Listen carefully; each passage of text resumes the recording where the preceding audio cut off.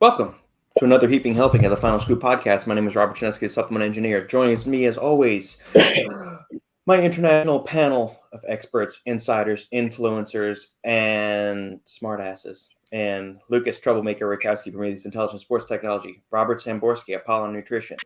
And Lord Shane, overseer of Mordor, is not descended from his throne yet, so he will be joining us at some point. He's probably off getting McDonald's or something. Lord knows he's never actually doing any real work here. So anyway, thank you all for joining us. As always, post up any comments, questions, queries, quips, smartass remarks you might have for us, and we'll get to anything and everything over the course of our tenure with you here today.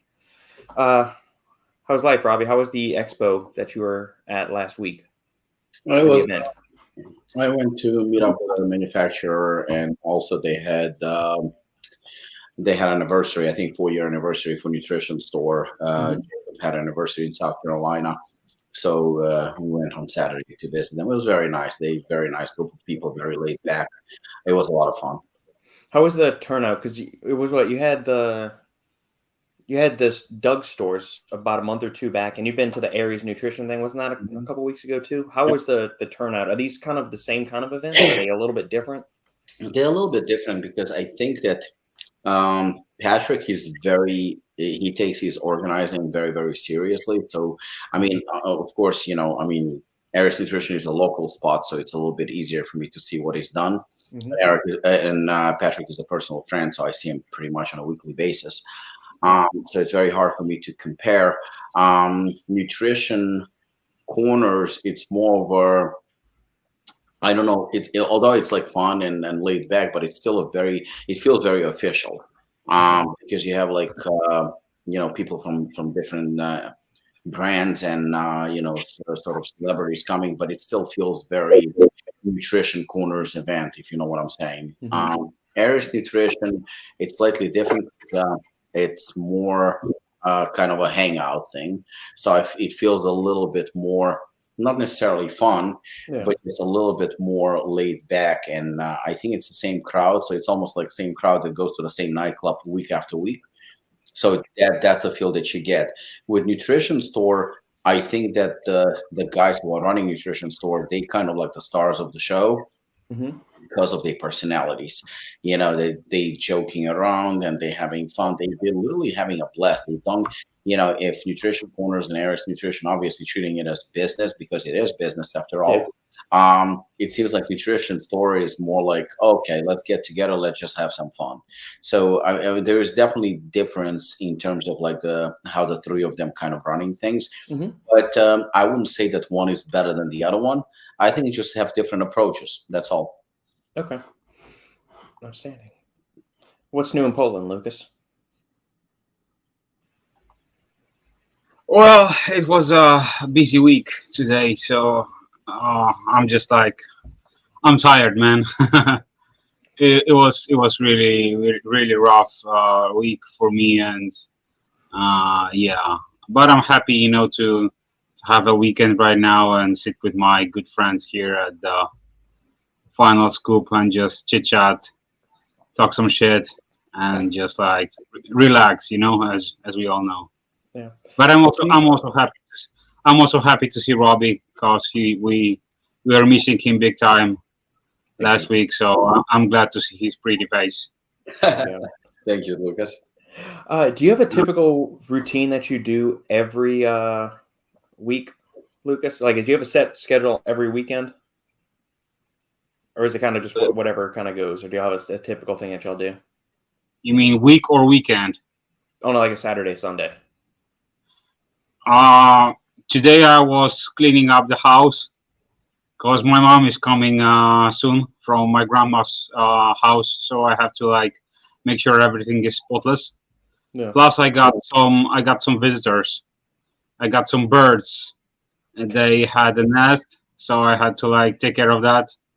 And when it comes to birds, they don't give a fuck about your household. So they decided to not only make a nest, but they also made for themselves like a public toilet. So the shit was basically everywhere. So I had to clean that up as well. Yeah. The weather wasn't good as well because it was like raining for like 4 hours, so I had to delay some work, but I did some stuff at home. But besides that, my weekends are normally like chilling. During the time I'm handling some like meal prepping, going to stores just to like stock up for the entire week and just make sure that all my meals are prepared. So just to make sure that I'm like all covered up, and it's easier for me that way because I don't have to think about it, during the week when I have like all the work, meeting with clients, plus right now it's like a hot season, and I'm happy to see that, clients are starting to pick up, and, everything is moving forward.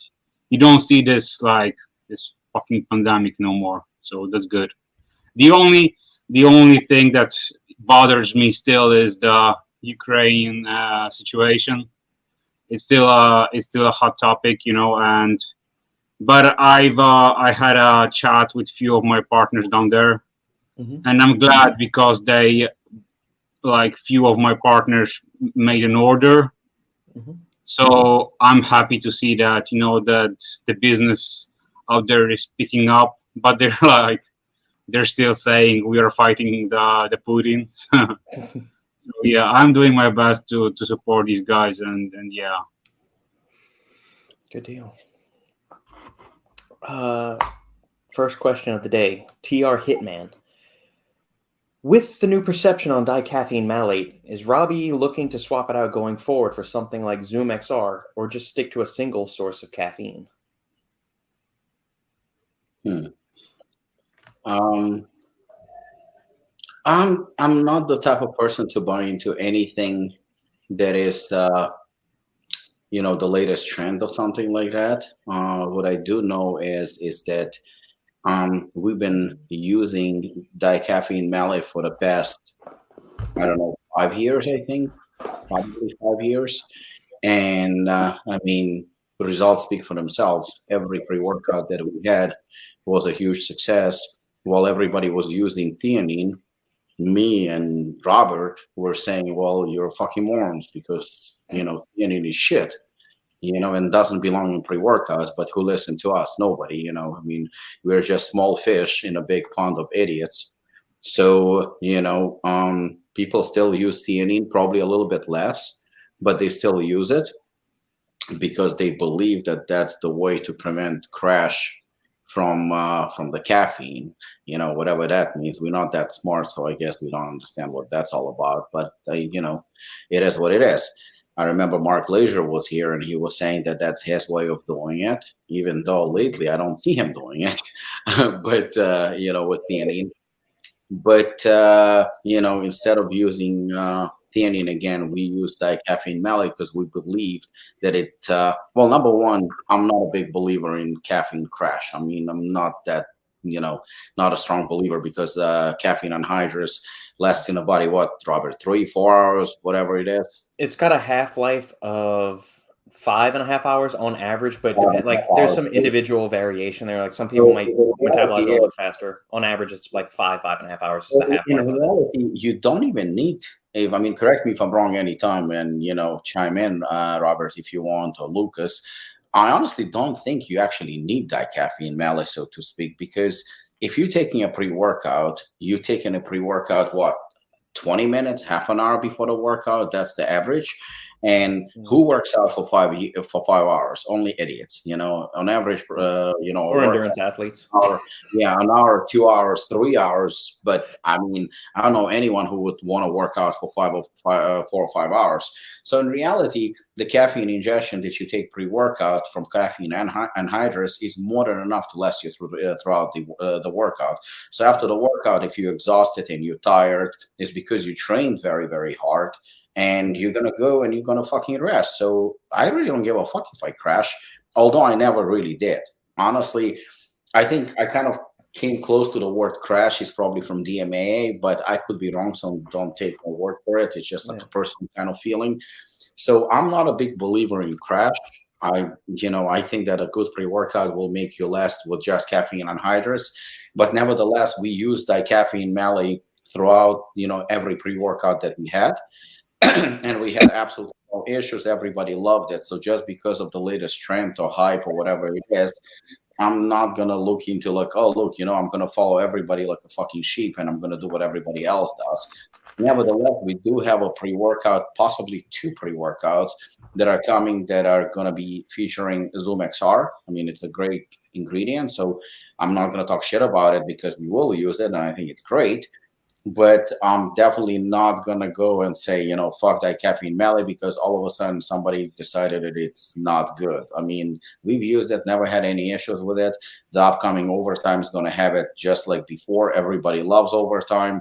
So I don't think that, it's going away. So now I'm not going to follow what anyone else says because I follow whatever works, whatever the data shows, and whatever we believe in works and whatever is proven to work. So, not jumping on a bandwagon for sure. But you know what? On the other, of course, sorry to interrupt.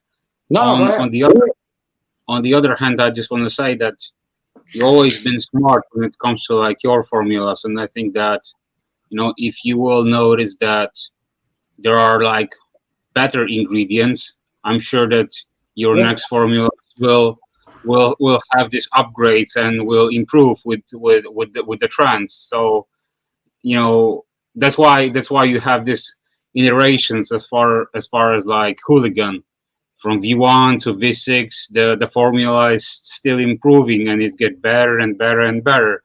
Just like you evolving with your life, you evolving with your line and your products.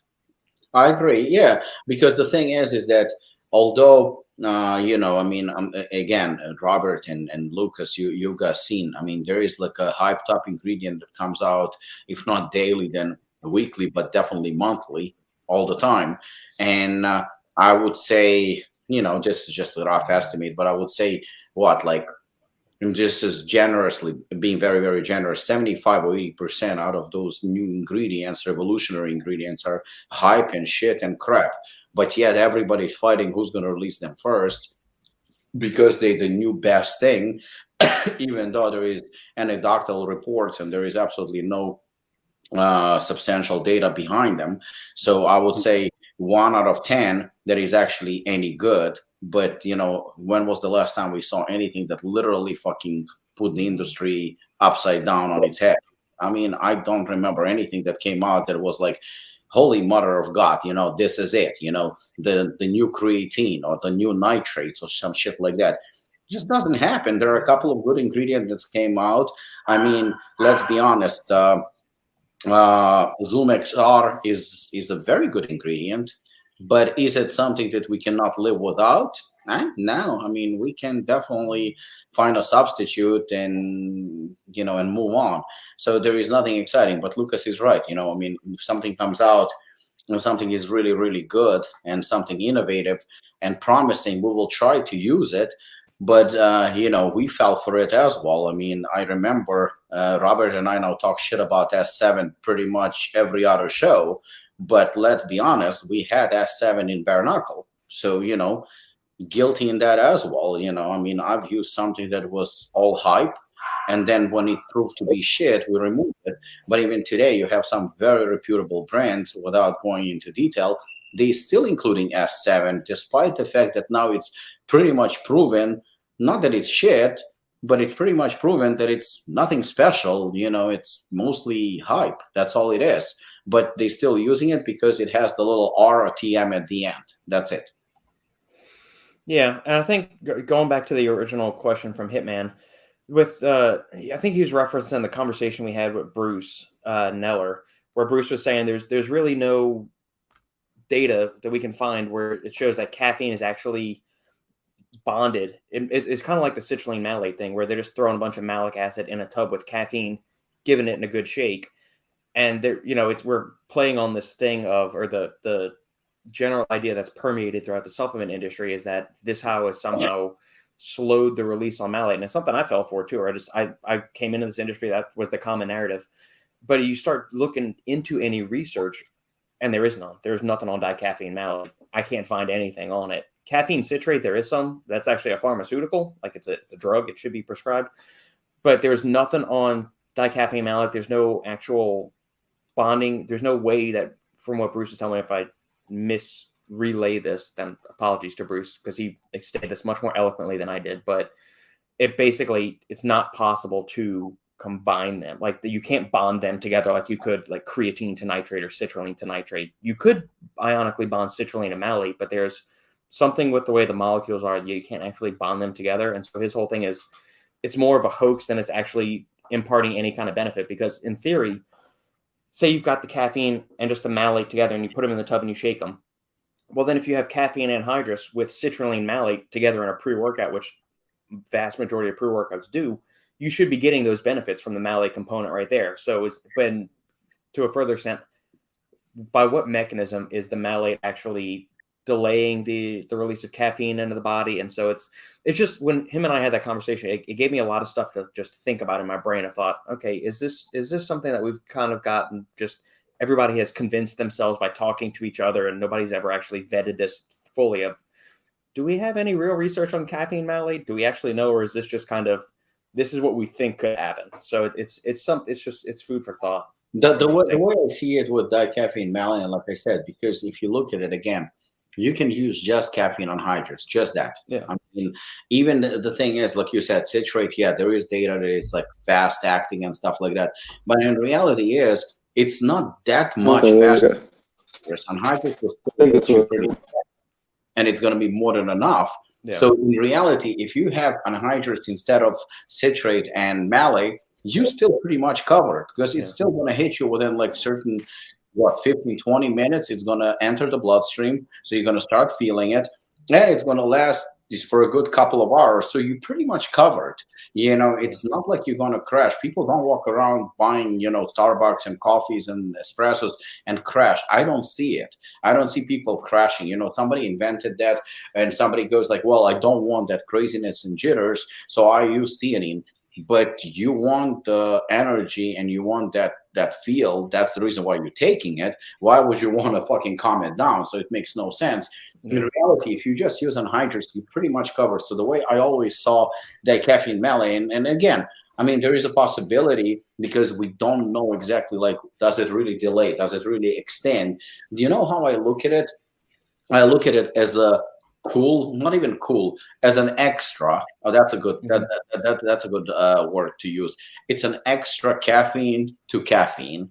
That's how I look at it. So you just have more caffeine to caffeine anhydrous. So instead of, say, for example, if you have 300 milligrams of caffeine from caffeine anhydrous, and now you have 200 milligrams of caffeine dimalate, in reality, you just have 500 milligrams of caffeine. So you have more caffeine. That's the way I look at it. So it's going to last you longer. It's going to be stronger, and that's about it. But it's not like it's like you putting dicaffeine malate and there is no caffeine. There is. It's just the question is, does it really prolong? How long does it prolong? We don't have data.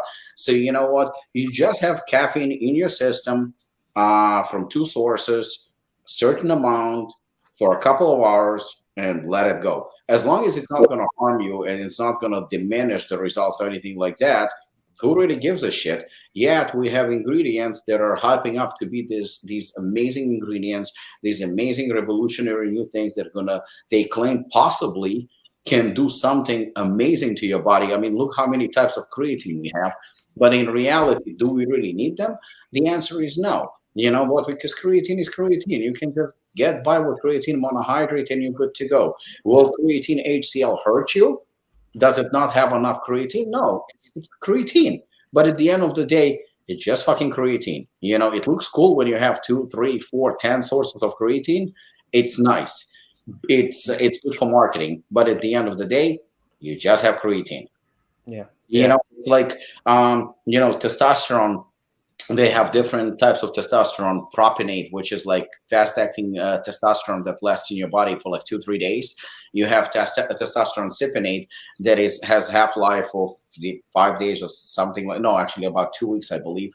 And then you have sustanon that combines 4 types of testosterone.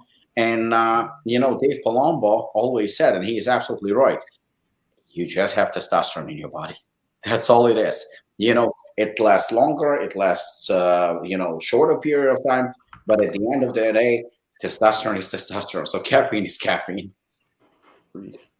Mm. Follow up from TR Hitman. By the way, Universal Soldier has been amazing. The only issue is that it is too good. I find I want to give myself harder tasks to use the full benefits. You nailed it again. Well, I mean, the idea was to make something that is a little bit more, and as much as I hate it, mainstream. I mean, I as much as people are sending give me credit all the time, but Robert came with some very, very, very solid ingredients with uridine. I mean, that ingredient, is definitely very much forgotten, and people talk about it. And I remember Lukasz jumped all over that bitch because it's just such a good ingredient, and it complements the formula so well. So I think that the product is great. We currently working on. Robert, I will tell the truth. I will tell the secret, I guess. We're working right now on absolutely no caffeine Universal Soldier. It's going to be, even though Universal Soldier is only 200 milligrams of caffeine, this is going to be stem-free completely, basically same formula. It's going to be released in a couple of months. But the formula is kick-ass. I mean, I'm taking it basically. I've taken it, I think, 2 or 3 times when I was working out. With Lionheart, I really enjoyed that combination. Yeah. But most of the time, just computer work. I mean, you just sit in front of the computer, you really feel good. Yeah, man. That's good stuff. So basically, Universal Soldier without bazooka. Yeah, pretty much. Also, the next combo for you to try: stack bloody hell caps with Kanna. Hi, Shane. Can you hear me? Yeah. Yeah. Like, I've had a nice week. It's been a cool show and stuff, but the internet in my hotel is as small as a dick hair as you can ever get. It's just. I went down to get a local SIM card. Remember last week, Wi-Fi was like 2 megabytes a second, and I was barely getting. Like, it was taking me 30 seconds to upload a picture to Stacks. It was fucking ridiculous. So I had a roaming SIM card as well. So I was using my data because 4G data is faster than Wi-Fi in some places.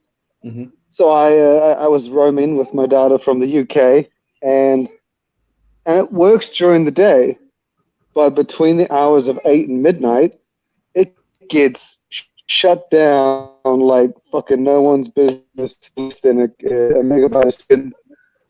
And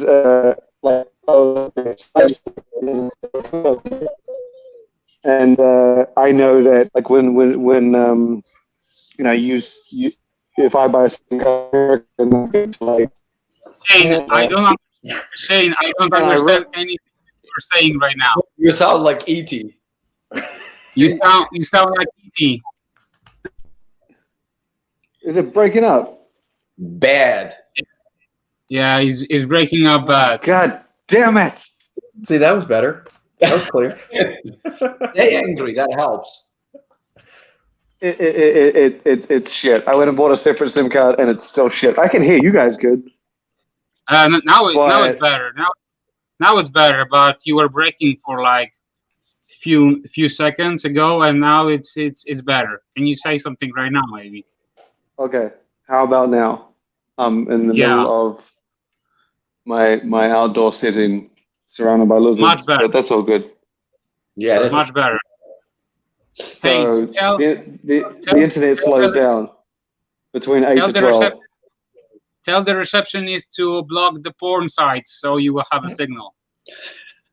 That's what I thought. No, but it wouldn't necessarily. Like I said, I was working for a phone company, and from my understanding, I'm assuming I went and bought a local SIM card, which would theoretically not slow down the speed because it's local. Because you can get throttling if you're roaming with another network in another country. But I got a local SIM card, same problem. Between the hours of 8 and 12, my internet is less than a megabyte a second. It is painfully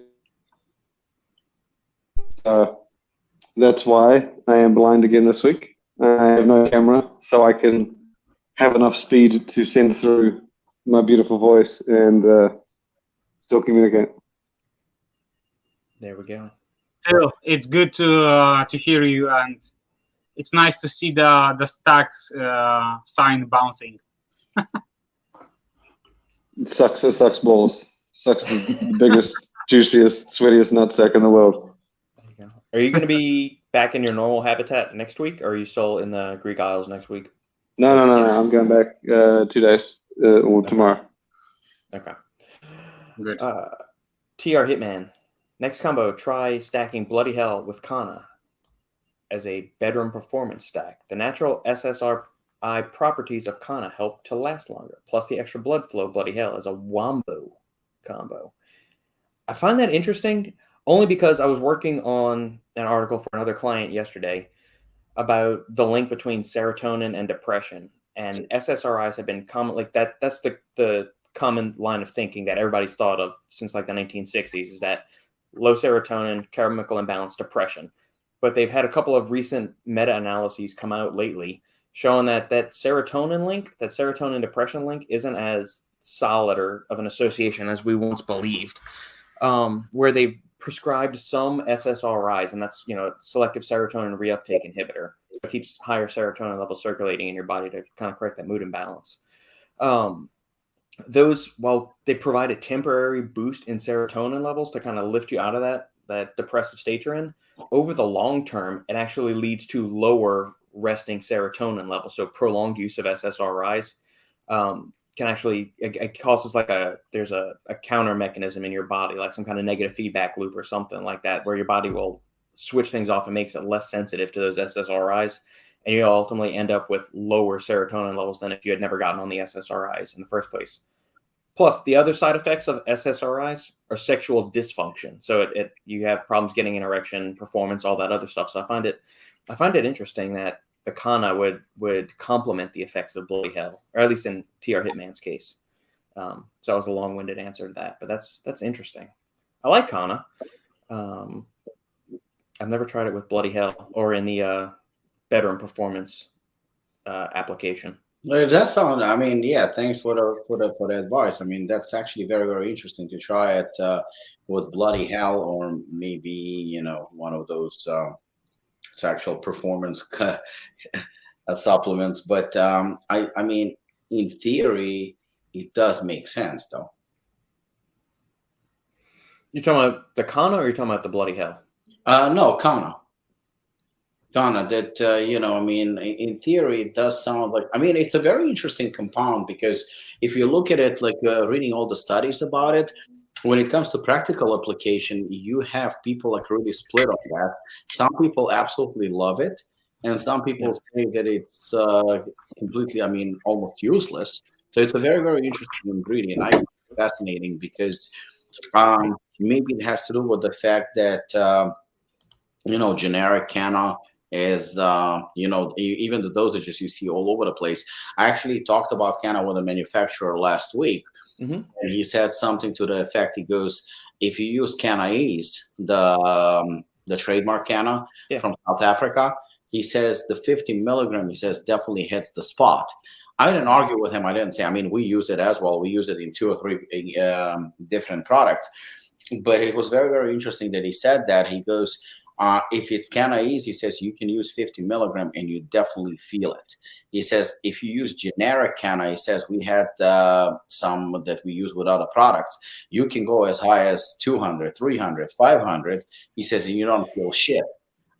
He goes, so it's a very, very interesting ingredient. So, we did talk about it yesterday, because for most part, we're talking about generic and trademark ingredients, and for most part, you can use generic and they're just as good as trademark. So sometimes you're overpaying for something that you don't need to. Yeah. But in some cases, I guess it holds true that the trademark ingredients are in fact superior. Probably not in most cases. I would even probably say minority.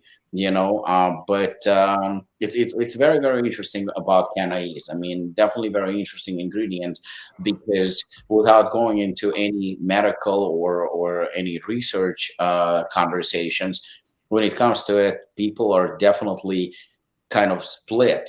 They divided when it comes to it. So my question is it because KannaEase is far superior to generic version, or maybe Yeah. generic version on the market is just crap? That's It's both.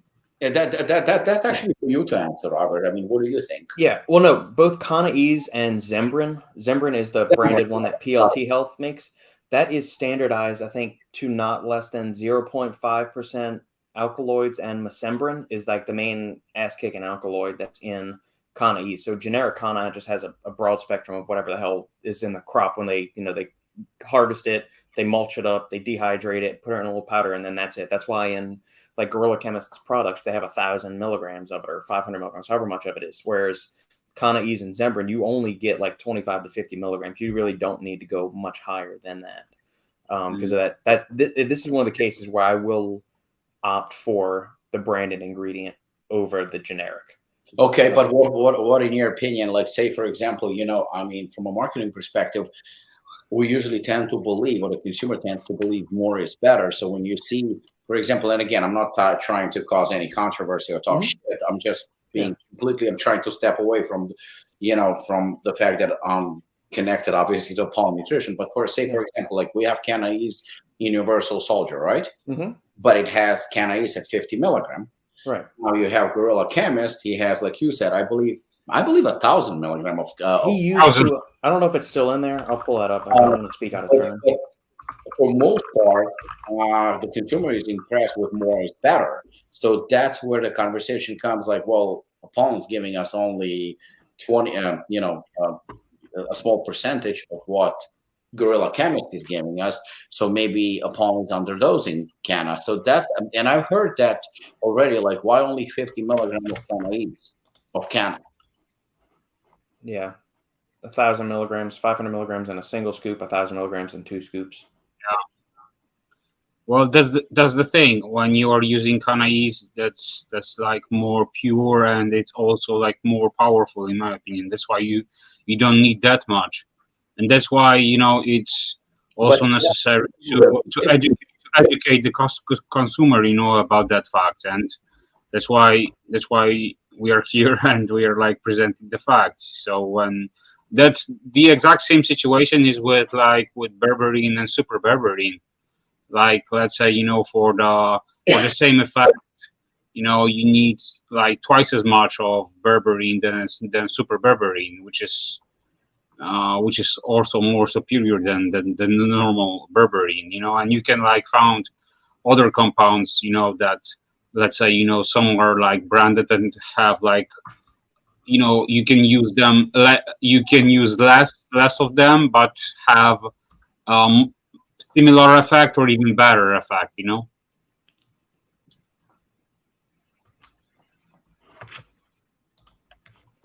It just probably can get a little bit confusing for the consumer, where he sees one product with 1,000 and the other product with 50, basically the same ingredient, and they go like, okay, what the fuck? Why such substantial difference? Yeah, I think. Well, then the brand using the trademark version has to do a good job of advertising why they're using that particular form, or just the consumer themselves needs to understand why is there such a varying dose on this, and that they have to, if they're going to investigate and want to use a particular product, they have to take some, ownership and responsibility as far as investigating. Okay, if I'm going to take this, what is the right dose to take, and what is the right form of this thing to take, especially with supplements.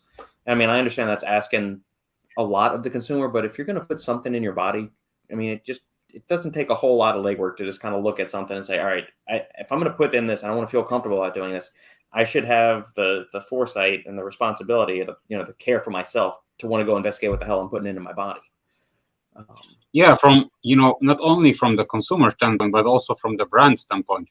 When you're like marketing your products, you also need to take to consideration all these facts, and when you're like explaining, all your products, not only on like, let's say, your website, but also to your like partners, like retailers, wholesalers, they also need to know about that. So when they're like selling products to their consumers, they also need to like explain to them, listen, this product is this and that because it contains this and that, so it shouldn't. That's why, when I'm working here in Poland, like many clients are asking me, can I do some type of like consulting, or like even like brand presentation, so their consumers will have a chance to have a glimpse, or what type of products we offer, so they will know at the end what they can tell to consumers, right? So education is really important at the end of the day. Agreed. Just want to see if they list the standardization, but I know it's usually not less than. That's why you see the NLT 0.5% on there. Let me see if I can find it. Hey, by the way, do we have any other questions right now? Because I got few. Give me 1 second.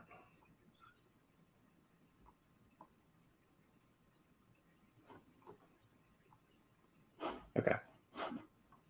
I'll hunt in the background while you let's see what we got. Blood flow ingredients to counteract potential ED effects of Kanna. Maybe. It's possible. Like, I understand that you're getting the serotonin high, but if you're already in the bedroom, shouldn't you be getting a pretty good hit of oxytocin and serotonin in there already? But it might be something to try. I'll talk to Sandy. By the way, something out. By the way, you talked about SSRIs. Yeah. I just wanted to I wanted to ask, have you ever you and Robbie, have you ever considered adding Kanna to, let's say, like a hormonal support type of a product? Because you have your heart target, right? Mm-hmm. Would you consider adding Kanna to this mix? That's a good point. I don't know, because that's one of those things. I don't think you should be taking it every day. That's kind of one of those things I get a little wary about. Any of those like serotonin reuptake inhibitors like huperzine, I'm not going to take that every day. I'm not going to take Zembrin or Kanna every day. It should be cycled, used sparingly. So I probably not, because those hormone optimization things, you're probably using that for a solid 30 to 60 days in a row. So I would be very wary of taking that every day short of a doctor's recommendation. So yeah, that's me. Cool. All right. So what's your other question, Lukasz? Yeah, I got a question from a few guys. They hit me up. So the first one was, from a consumer standpoint, is it important for you when the brand releases multiple flavors of their products, or it plays a secondary role? Okay, say that again. From consumer standpoint, is it important for you when brand releases multiple flavors of their products, or it plays a secondary role? Okay, so do I think should the product? So if I'm understanding this right, what's more important, the number of flavors I'm launching or the product itself? Is that what they're getting at? Yeah. Let's say you have your own brand, right? Mm-hmm. And you're a brand owner. So basically, let's say every month you're releasing the exact same product but in a different flavor, right? Right. And you got a different brand owner that puts more emphasis into releasing more SKUs instead of flavors. So this guy asks, is it important in overall, to have multiple flavors of the exact same product, or more SKUs? That's a good one. I would probably, I'd say as a minimum, you probably need to have 2 to 3 flavors of a product. But outside, I don't know if you need to get into Cellucor territory where you have 10 different flavors of a given pre-workout, unless you are that size company, like you are Optimum, Cellucor, BSN size, and you've got the money in the budget. But if you're a small to a mid-tier company, I really only think you need to have maybe 2 to 3 options per product. And maybe for your aminos, you can go 5 or 7 flavors, because that's pretty cheap. But some of those other ones, I don't know. But that's the way I would approach it as an owner, which thankfully I'm not. So, Robbie? There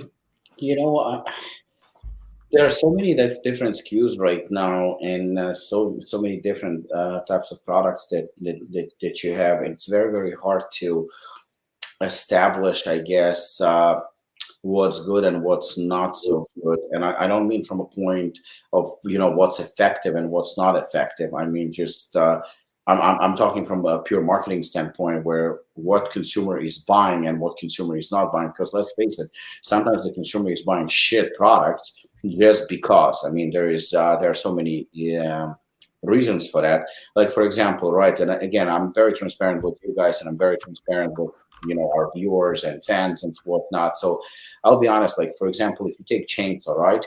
So we have chainsaw BCA product. It has good ratio of BCAs, and it has shitload of electrolytes. In fact, it has more electrolytes than some of those recovery products that are so popular these days. Yeah. But nevertheless, chainsaw is not very hot seller when it comes to retail stores, at least in the United States. In Europe, BCAs are still like doing great, but in the United States, I wouldn't say that we're selling a lot to different stores. Direct to consumer, on the other hand, we're doing very well with chainsaw. So like it's again different approaches. So saying that again, it's not I'm not going to get into conversation about BCAs versus EAAs. I'm just saying that that's a fact. Sometimes certain SKUs are good, but they don't sell, and sometimes some certain SKUs are shit, but they sell like crazy. Yeah. But at the end of the day, I tend to agree with Robert. Like, for example, these bigger companies, like, for example, Olmex, right? Olmex has insane number of different flavors, just shitload of flavors. Why? I think because they can afford it. I think they can afford it. I think that it's not a big deal for them, and that's it.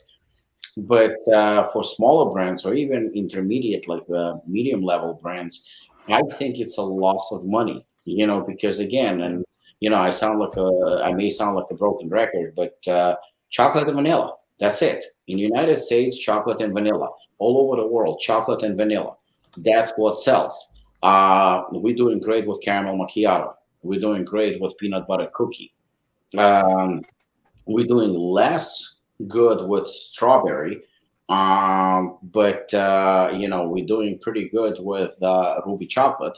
But ruby chocolate is a very new flavor, so people are trying it.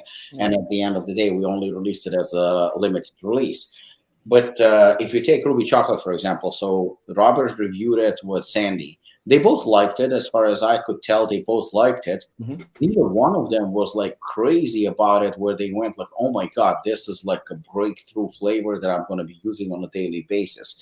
They normal people. They still going to go with chocolate. Well, Sandy is a question mark. She's still she's out there. She's out there. But in all seriousness, you know what? They're not wrong. Chocolate and vanilla is the way to go, period. So they liked it. They liked it a lot. On the other hand, yesterday, I had a text message from a friend of mine who said that ruby chocolate is the best tasting flavor he has ever had, bar none. It's the greatest flavor ever. Is he wrong? He's not. That's his personal preference. Will ruby chocolate be selling like chocolate and vanilla? Fuck no. There is no fucking way. I mean, it will sell good. I'm pretty sure we're going to sell out, considering that it's a limited release. It's never going to match it. So now the question remains is, should we release these strawberry and I don't know, banana nut and apple pie and the cinnamon swirl and all those flavors? They all good flavors. All of them are phenomenal, and all of them have fans. If you try our fruit cereal, it's insanely good. But again, it will never match chocolate and vanilla, plain and simple. So I don't see a reason for a brand to release more than 3, maybe 4 at the most consistent flavors that are going to sell, especially if they're good selling flavors in demand. I don't see a reason for that. Yes, you throw like maybe a seasonal flavor, maybe you throw in something like, we did with caramel macchiato, and you go like, oh, fuck, that sells great. We're going to leave it. I don't think so. I just, people are going, there are so many experts, and they're going to go and like, what you should have? You should have a banana flavor. Well, what I think you should do? You should go fuck yourself, because it's not your money. It's not your investment.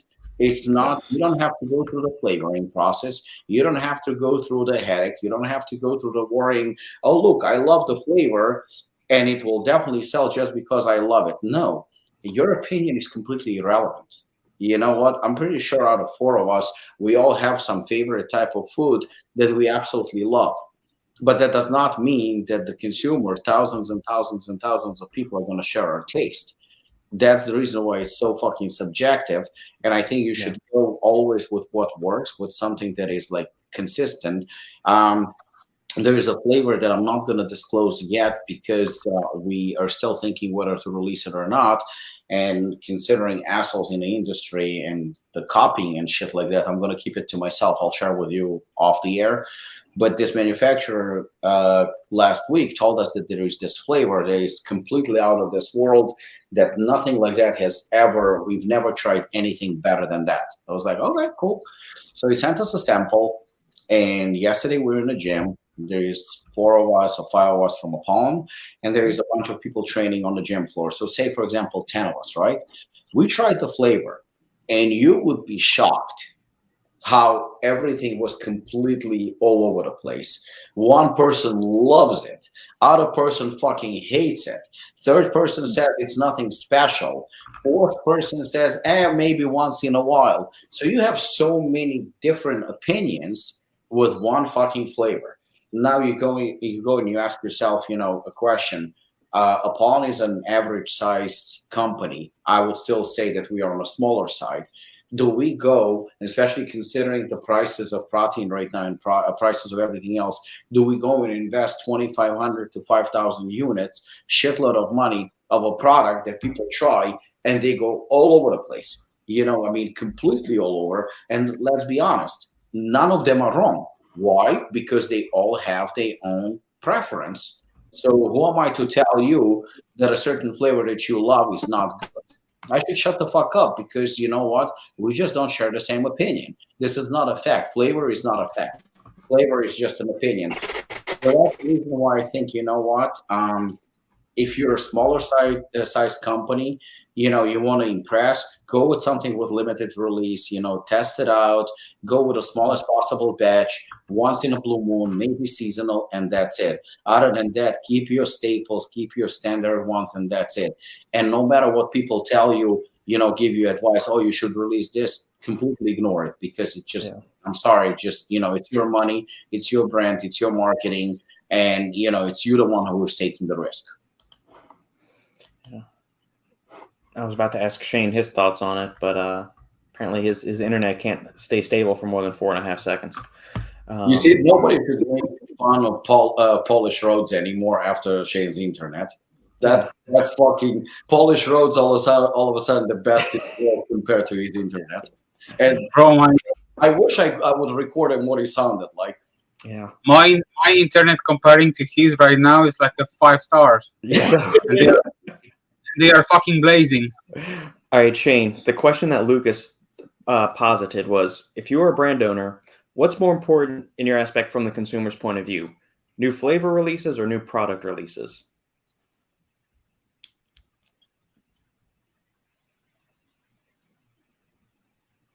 Is his microphone not working? His internet is not working. Oh, wow. Guess you won't know. Nope. Oh, well. Let's move on. Okay. Got another question. Next question. Got another question. Hope that's fine with you guys, because I got like 3 more. Put them all in. We got time. Unless any of the other knuckleheads listening to us want to throw in some more questions, feel free. So another question is from my buddy from the gym. He asked me about it, so I was like, okay, I will wrote it down and ask the panel. Okay. So the question was, do you supplement with collagen, and do you count it to your overall protein intake per day? I will answer briefly and then pass it on to Robert. So I can't disclose the formula as of yet, but Apollon is releasing collagen product in a matter of about a month. I'm just going to spoil it right here. I've got the facts panel right here. You see, I mean, that was completely not my thing. I mean, Carolina was insisting on collagen for quite some time, so we did turn to Robert, to help us with a formula for it because it had to be something Apollon style. I'm not an expert when it comes to collagen, I'll admit, and it's not something that, to be honest with you, I've used. But I know it's big with women. I know there is a huge market for it. I kind of started looking into it, and I saw there is a lot of garbage out there that is like complete crap. So Robert and I had this discussion: can we do a product that is actually good? He said yes, and pretty much Marina had her input. Obviously, came up with with the formula and stuff. So when it comes to collagen, and especially since we're releasing it, instead of hyping up my own product, I'm just gonna kick the ball to Robert and let him answer this one. Is Shane alive to where he can respond? He's blind. Okay. Can you hear me at all? Yes, we can. All right, so Shane, while your internet is holding on for dear life, you can answer the question first, because Lord knows if you'll actually make it through the end of your answer before the internet drops out. Probably not. So, do you supplement with collagen? And if so, do you count it towards your daily protein intake? No. No to both.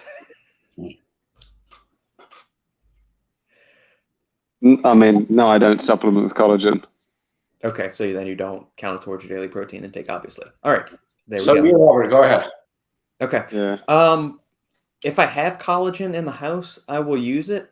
Do I count it towards my daily protein intake? No, just like I don't count my BCAA or EAA supplement in towards my daily protein intake. So, we've had a generic, like just a plain collagen peptides thing that a brand has sent us. I've used another company's joint formula, which has, I think, 10 or 15 grams of collagen in it.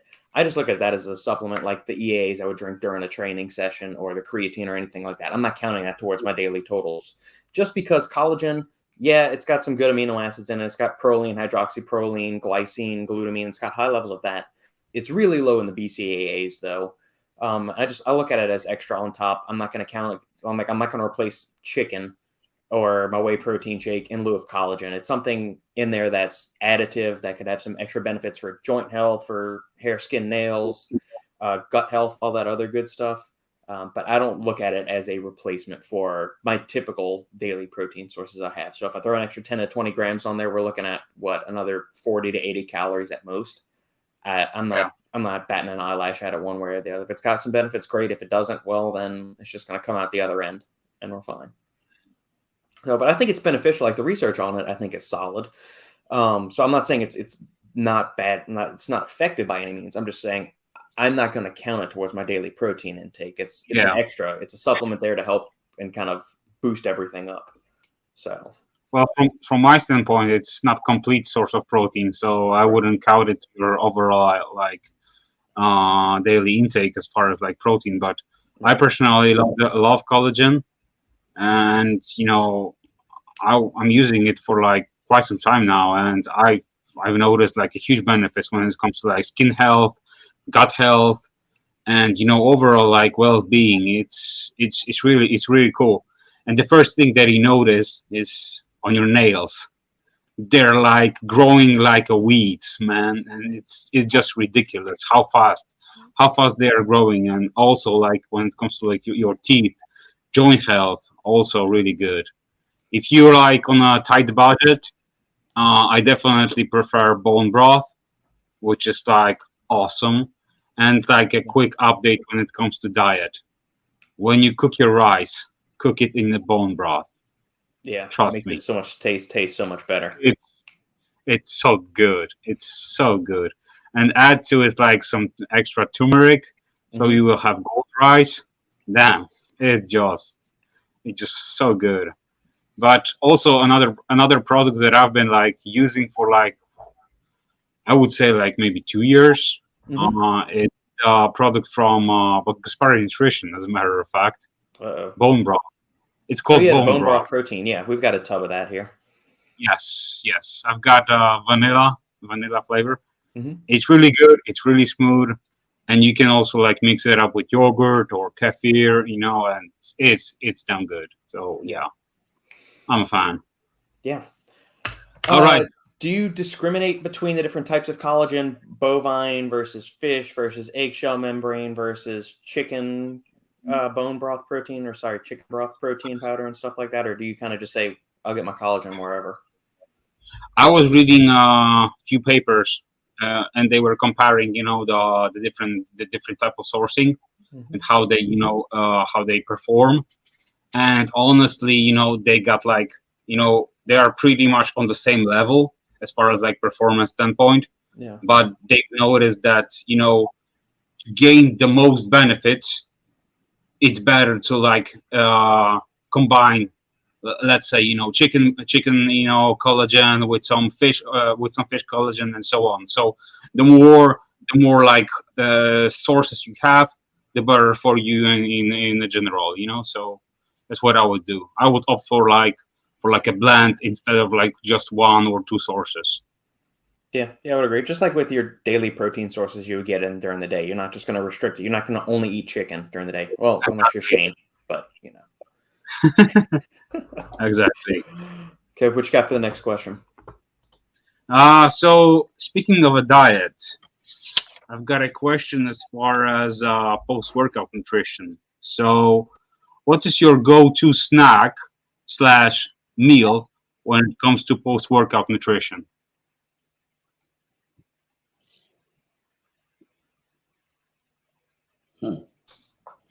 I don't know if I have, I am so boring half the time.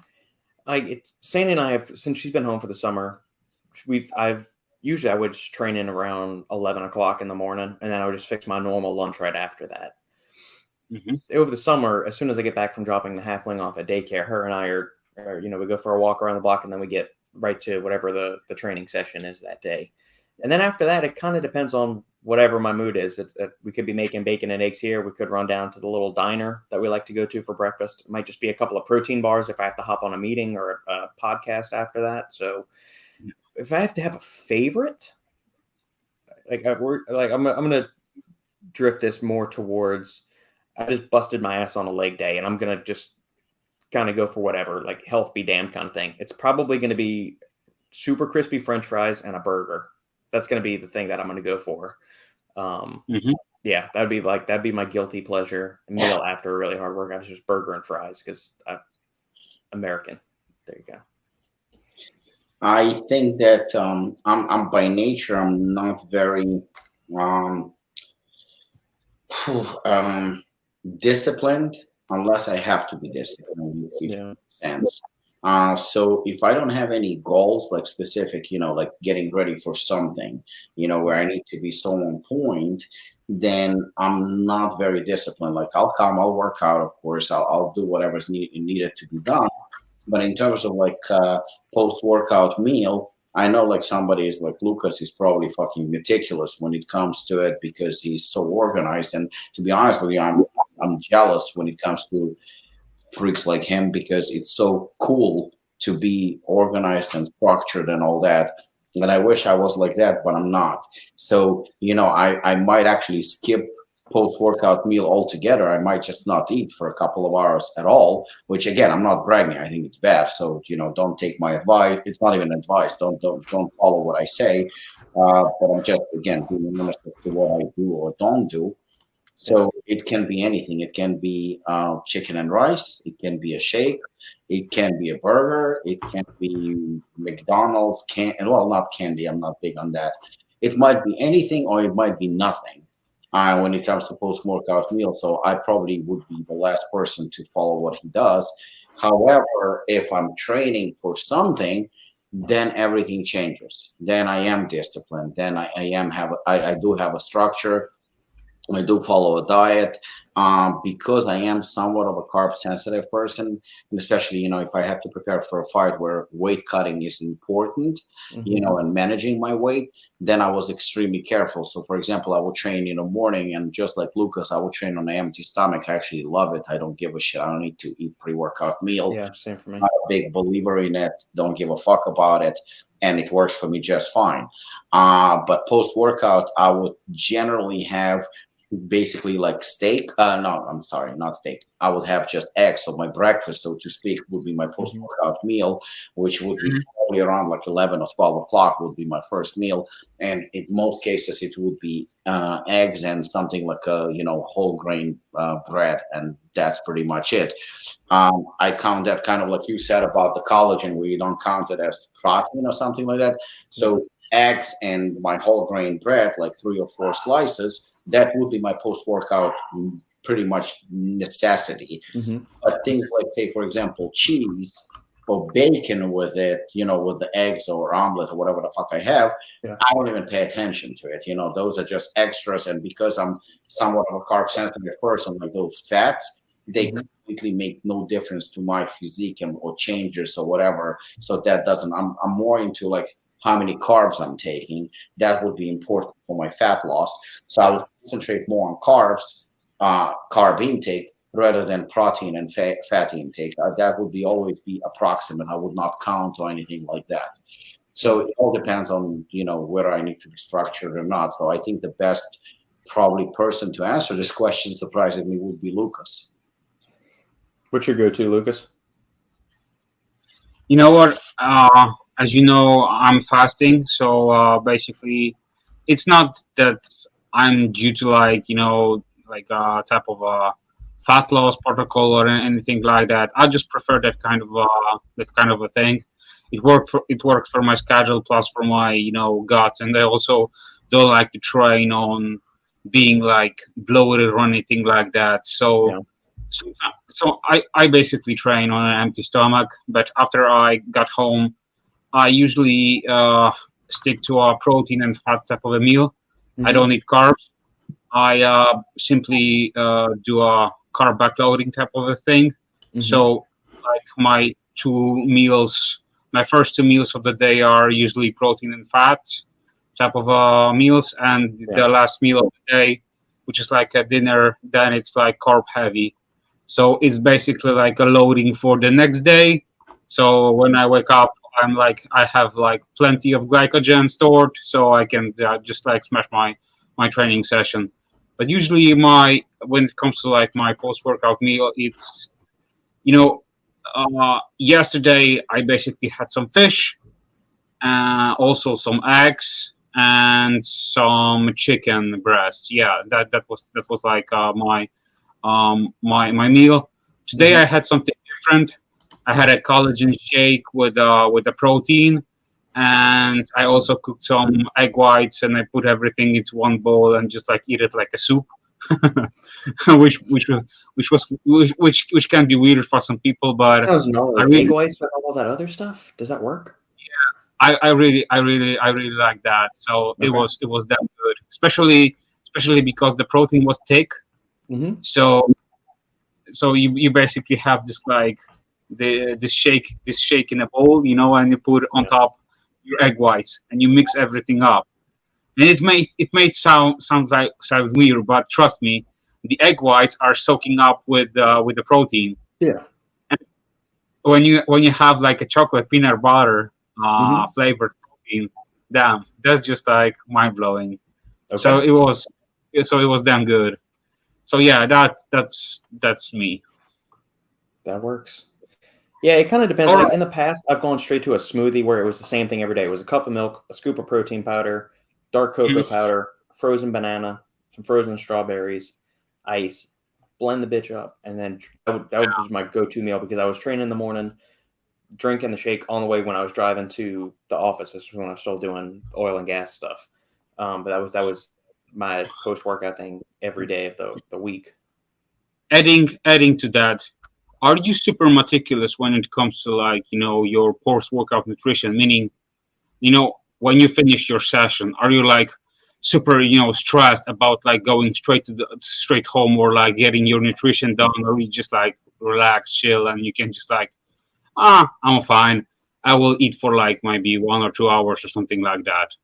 Yeah, or you're like, okay, I need to pound a shake right now.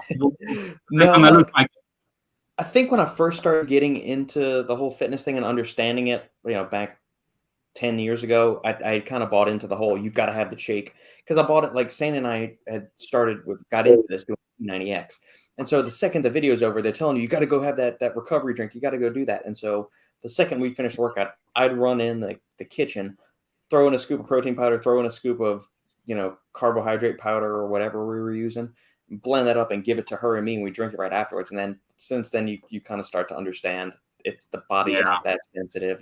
So no, I'm not as obsessive of it as I used to be. So I'm much more relaxed now to work. Like Robbie said, most mornings I wake up, I train fasted. I don't eat something till 10 or 11. By the time we get finished working out, doing all that stuff, it's fine. If I go 6 hours without eating, so if I have breakfast at 10, if I don't eat something again till 4 or 5 in the afternoon, I'm okay. It's whatever. I don't have a big appetite anyway, which is probably why I'm not really great at putting on size. I'm still a skinny mini.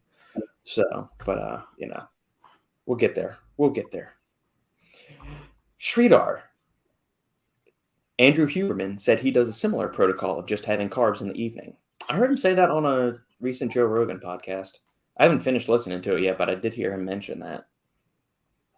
I also know that Ben Greenfield is doing exactly the same thing. Yeah, I mean, there's something to do that. Just having carbs late in the evening, just a bolus dose that also jack up serotonin levels, maybe help you sleep a little bit better too. Yeah, I've noticed that once I started doing it, I just sleep like a baby, and I feel much better. So yeah. And I think what you said is like, we all using our personal kind of examples, like what Sridhar just said. People tend to look into what these either gurus or internet celebrities or advisors are doing. I think once you have a couple of years of training under your belt and you kind of have a basic, and I mean very basic understanding when it comes to nutrition, I really think you should ignore everybody. Like literally don't pay attention to what other people are doing because it's so fucking stupid. I mean, it's just like dumb. This one is doing this. He looks phenomenal. You don't know his genetics. You don't know what what special supplements he's using. There are so many variables that go into it.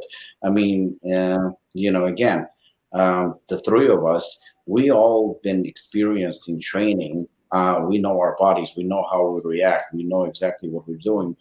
I have a very good friend of mine, great guy. He's 40 years old. He looks a lot younger than 40. He is shredded. I mean, his conditioning is so good that he could step on stage any day of the week when it comes to conditioning, and he would probably win shows just based on conditioning. And this is what he does. I mean, I usually, when he competed, he doesn't compete anymore.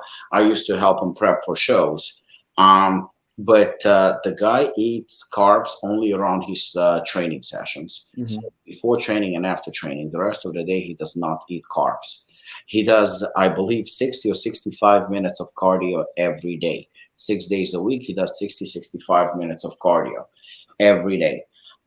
When it comes to fat burners here and there, he will use Apollon products. He doesn't use like clenbuterol or thyroid drugs or any of those fancy things. He will use occasionally Apollon, like I think he likes Chaos. He will use those. That's about it. His water intake is good. He's pretty strict when it comes to his diet. On Sunday, however, you will be, I mean, even for me, who is a big eater, it's pretty impressive. While I tend to eat a lot of junk food like pizza and burgers and stuff like that, he actually goes for sweets. So he will eat like, also pizza and sushi and burgers and stuff like that. But for most part, he actually eats a lot of sweets. I mean, crazy amounts of croissants and pastries and cakes and chocolates. He eats a lot. I mean, massive amounts on Sunday. Yeah. But throughout the week, Monday through Saturday, he's super strict. I mean, super, super strict. He eats carbs around the training before and after. The rest is just protein from shakes, from chicken, from fish. And that's the guy is absolutely shredded. Absolutely shredded. Now, would I say that this is the right way or, that's the secret to success? I would say absolutely fucking no. But it does work for him. It does work for him. So rather than paying attention to what other people do, Like, for example, people are saying, "Oh, look, Honey Rambot is says that you should eat this, and Honey Rambot says you should eat that, and Honey Rambot does FST7 training and what else?" And I'm like, "Did you fucking look at Honey Rambot? Do you want to really look like him? Because I don't want to look like him, and I believe he's probably younger than me. I want to look nothing like him. And when he works with athletes, I mean, let's be honest, there are other variables that go into programs and stuff like that. So why would you pay attention to what anyone else is doing? You shouldn't even pay attention to what we are doing because we are nobody, But we know Lukasz knows what works for him. He knows what works for his body. And maybe it will work for me, but maybe it's not. So I think throughout years of trial and error, I mean, we all know basics, carbs, and we know fats, and we know good fats and bad fats, and good protein, and how much protein to take. We know about cardio. At this point, we have all the information when it comes to supplements that work. I mean, let's be honest. Is overtime, for example, by Apollon something that you absolutely need? Like it's a need, it's a must-have. Yeah. I'm probably the only brand owner who speaks like that. It's not. You don't really need it. It's not a necessity. It's a luxury that you might benefit if it's a product that you're looking for. Yeah. But it's not something you absolutely need to have on a daily basis as, as like, something like water. You don't need it. And but you do know that you can supplement with a good protein source, like, whey protein or casein or whatever the fuck you want to use. Yeah. That would be beneficial. Creatine would be very, very beneficial for you to take on a daily basis. A good multivitamin if you have to. I mean, I don't use them, but you might want to look into it. But other than that, I mean, all the information is there. Why would you go and say like, "Oh, this guy is a fucking guru, and what he's doing is the right way because he looks a certain way, or his athletes that he trains look a way. So I'm gonna copy that diet and I'm gonna stick to that regimen because it fucking works." No, you fucking moron. It works for him. It might work for you, but you don't necessarily know. So, I mean, that's the reason why I answered the question my way. Robert answered the question his way, and Lukasz answered his way. And none of us, again, are right, and none of us are wrong. Exactly. There you go. Sridhar, if I don't have a meal after my workout, I usually struggle hitting my protein goal for the day. What is your preferred post-workout meal, Sridhar? Well, we'll give Sridhar a second to answer. Oh, you got another question, Lukasz? I got the last question. What you got? Last question, and probably, well, I think it's the best one. So this week we saw on Stacked a big release, a reveal, I would say. So there's a massive collaboration, which I had this pulled up, actually. I was going to actually go to this next. which Shane said. So yeah, so Raw Nutrition and Ghost, they teamed up and they released a pre-workout, which is like a combination of Thavage and the Legend. And wanted to hear your thoughts about that, and also wanted to ask you guys what you think about all these like brand collabs. Do you think it's good for industry, and from consumer standpoint also, do you think it's cool to see? And what's your general opinion on that? Because I also have my thoughts on it, but at first I just wanted to hear your thoughts. Well, honestly, I mean, let's call it for what it is. Is that the best formula you have ever seen? No. Is that a good formula? Yes. Is it something game-changing? Also no. What it is something to have a conversation that we are having right now. People will talk about this. Why? Because two popular brands coming together, that's something that is in the news. It's something that people will talk about it for 5 minutes. By next week, this is going to be a forgettable subject because none of the ingredients are special. None of the dosing is special. Nothing about the formula is outstanding and, breakthrough. It's just a little bit of Ghost Legend, and a little bit of Thavage coming together and, and creating something that, one brand is feeding off popularity of the other one. That's all it is. It's a hype machine. It's cool. Don't get me wrong. It's cool because, again, we are talking about it. So I think this is it good for the industry? No, it's not bad for the industry. It's not good for the industry. It's not going to be something that we're going to be talking for months or years to come. This is something that is just a cool concept that two companies did to kind of promote not each other for sure, but to promote themselves. But to say that this is something that everybody must have, I think this is cool for the fans of the brands. Both brands. I think it's cool for the fans. It's kind of like maybe even collector's item to an extent. But this is not something that is going to be giving you performance better than any other pre-workout on the market. This is not something that's going to give you PRs and set the records and whatnot. I think this is what it is. I mean, and you have to take it for what it is. It's a marketing campaign. It's a cool marketing campaign. It's a cool little bit of hype. I mean, there is a reason why this is not going to be a permanent product, because it makes no sense for it to be a permanent product. This is a limited something that's going to be, I believe, like in one store or something like that. You can only get it in one store or something. There is a very, very limited number of, of units that they released. And again, it's something to get everybody like us. Like, I saw Fitness Informant posted about it, and he announced it as if it was, a new airplane or a new country or a new innovation. That's something that I've never seen before. But all it is pure marketing, and it's cool, and that's about it. I think the formula is solid. I mean, you got everything fully dosed and all of that. So, I mean, props to them, because this is not a cheap formula by any means. I'd be happy to take this sucker for a spin on a workout. So I think it's, I do like the dosages of where everything's at here. This is interesting. You usually don't see potassium citrate called out like this on the label. So I thought that was kind of interesting. Overall, I like the formula. It's definitely not cheap. Yeah, but the formula's Legend, Ghost Legend is not a bad formula either. Correct. And Thavage formula is also not a bad formula either. And you can see them coming together and creating a good formula. It's a solid product. Like I said, it's not something that they should be embarrassed about.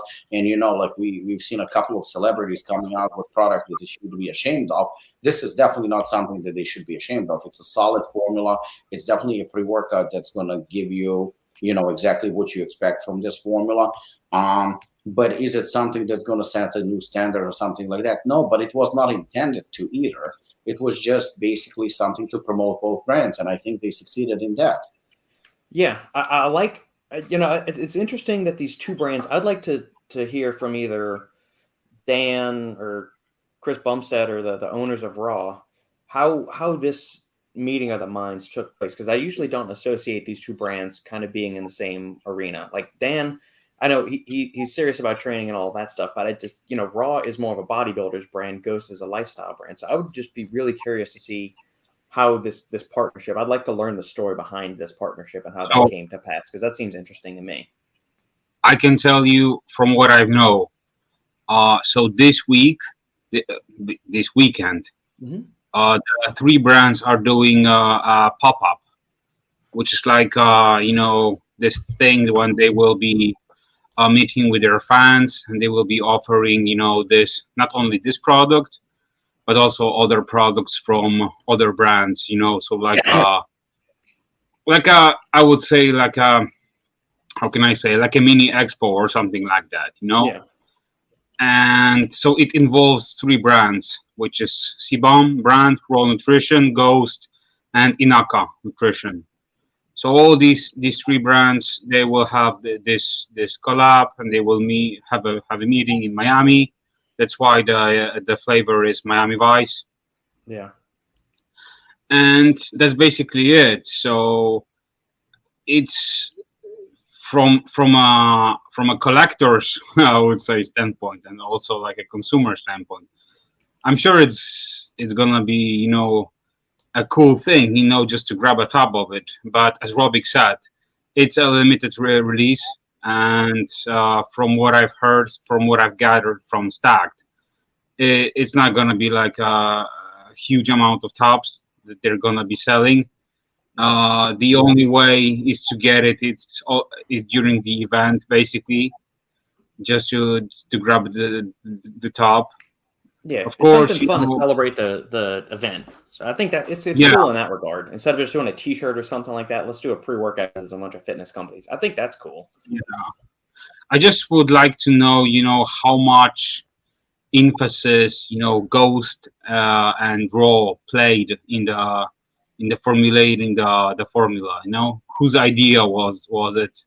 Yeah. Was it like, so Raw will take care more of the formulation and Ghost will put more emphasis into like the look of the tub and so on. So I'm just curious about that, because from the marketing standpoint, everything looks clean, everything looks fresh.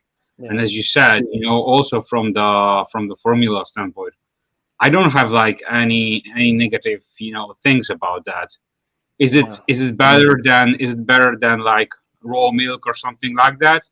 No, I wouldn't say that, because as Robbie said, and I agree with Robbie, it's nothing like super mind blowing, because they basically like stacked two formulas together, But I need to give them like props for that they have their like differences, but at the same time they sit together and they produced something like that, which needs a positive approval. So yeah, shout out to these guys. But yeah, I would like to hear some more details about the formula and so on. But what are your thoughts, guys, as far as the collabs? And do you think that the industry needs more of them, or do you think it's just like let's move on? I don't think that the industry necessarily needs them. I mean, because the thing is like, if there was a need, what is need? Need is something that needs to be satisfied, right? So if there was a need for a specific product or specific formula, it would be on a permanent basis. So I don't think we need this formula. I don't think we need this collaboration. I think it's cool to see it in the moment. I think it's cool for the brands because it keeps them in the news. I think it's cool from a marketing perspective, but in terms of need, like necessity, absolutely not. Both products. I mean, individual products from these companies. Both products, I think, are perfect for the market. I think that they cater to their market. They know their consumer. They know how to use Bumstead. They know how to use Ghost to promote to their followers. And their followers pretty much will buy almost anything from them. And they both companies have solid products, and they kind of found what works for them. And I think I can only commend them on the fact that they know their market. They're not trying to reinvent the wheels. I think they coming together. I mean, I honestly like to have a little bit more fun with combining different products, together, and to see a little bit more fun with it. With this, I mean, you have a pre-workout and you have a pre-workout. I mean, if you think about it, I keep probably both Raw and Ghost in terms of like the market position. I keep them on the same level. I don't, not crap like some of the prop blends, and that you have that level, but they also not hardcore. Neither one of them is exactly a hardcore. I think Raw tried to play the hardcore card a little bit, but as far as I can see, they backed off a little bit, and they trying to cater more to mainstream. So I think that they both kind of on the same level. I personally, and this is completely personal thing, would be very, very, very impressed to see a collaboration, say, of somebody like Jim Stepani and maybe Salicor, or maybe somebody, a very hardcore brand going with something a little bit more mainstream, where they come together. I'm like, okay, this I could not see, because if you think about it, like Raw and Ghost, they kind of on the same level, even though it's completely different companies. But I mean, even the formula, if I showed you the formula and you wouldn't know whose formula it is, one of you would say, oh, this is Ghost. You would recognize Ghost right away. And the other one would probably say, oh, this is Raw. I mean, they're so like similar, and they kind of blend together so much together. So, it's not something that is an absolutely mind-blowing thing, but it is cool to see. It's very, very cool. When I saw it, I was like, oh, this is cool. This definitely grabs my attention. I might even get a tub just for the hell of it to say that I got it. Will I use it? Is it my type of pre-workout? I don't know. Although it's a very nice formula. But I would really like, it's kind of like, it would be cool and totally unexpected. Imagine if Lamborghini did a collaboration with Kia. It would be like, what the fuck is that? I mean, it would be like either a very good idea or extremely bad idea. The thing is like now, funny enough, people that buy Kia and can only dream about Lamborghini, and people from Lamborghini that, they sell like a couple of units and that's it. It's not a mass production like Kia. People from Lamborghini, I mean, everybody would be shocked, and it would create something in the middle. It would be a phenomenal car, I think. It would be an absolutely outstanding car. But shockwave would be tremendous. It would be something like, if you would have Mercedes collaborating with BMW, you would be like, oh, about the same level, both luxury cars. It's cool to see that they, found something to do together, and it's cool. But if you saw Lamborghini or Ferrari doing something with Kia, or one of those like lower level, cheaper cars, and that would be fucking breaking news all over the place. Yeah. So basically, like two opposites. Opposites, yeah. I mean, that would be very, very cool. That would be very, very cool. Instead of like two brands that are like basically, let's say, on the same level, and then do like a collab. It's basically like one brand that is completely different than the other. I have something for you. You're gonna appreciate this. Imagine if Fitness Informant collaborated with Price Plow. It would be like, oh, that's pretty cool. Both Beep collaborating together. But if you saw Final Scoop collaborating with Price Plow, that would be breaking news for 3 years to come. Yeah. Robert lost all his hair. Yeah, he froze for a second. You see, I got his attention. He got speechless. His internet connection just got hacked.